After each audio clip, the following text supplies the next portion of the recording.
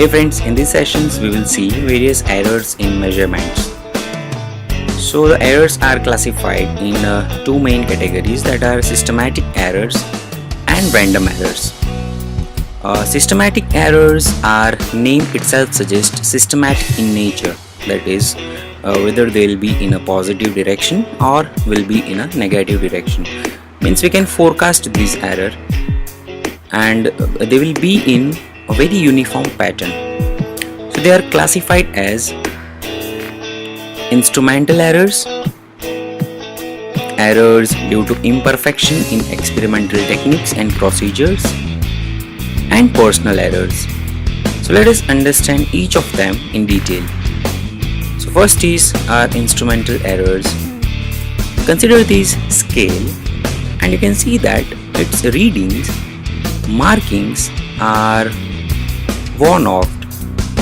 So the measurement which are taken with this scale are obviously be random and will create some error in measurement.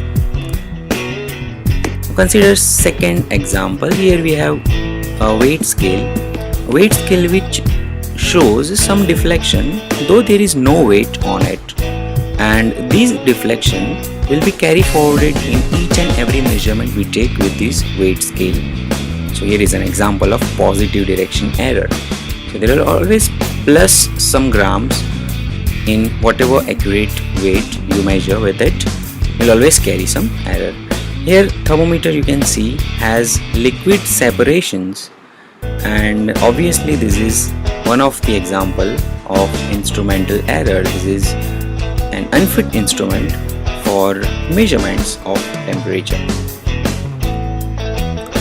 Now second is errors due to imperfection in experimental techniques and procedure. Yes, reading should be taken with keeping certain criteria in mind and procedures in mind. For example, if we place thermometer under armpit to measure the temperature of body, then the readings we will get will definitely have some lower values compared to the original temperatures. So this procedure is not that correct but are still adopted by some doctors. While measuring straight rod, if I use these measure tape and if I don't stretch it properly, then obviously the readings I'll get or will not be an accurate readings. So it is recommended that whatever instrument we use should be used properly and with a proper procedure.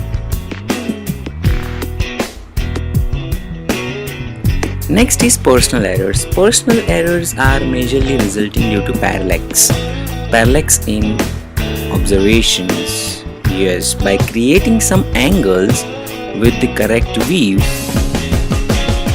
you are gonna face some errors in your measurement, and that depends on which direction with the correct view you are taking readings from.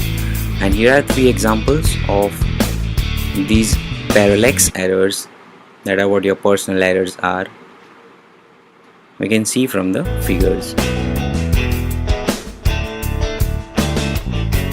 Next are random errors. Random error, name itself suggests they occurs irregularly. There is no fixed pattern, there is no fixed direction. They can be positive, they can be negative.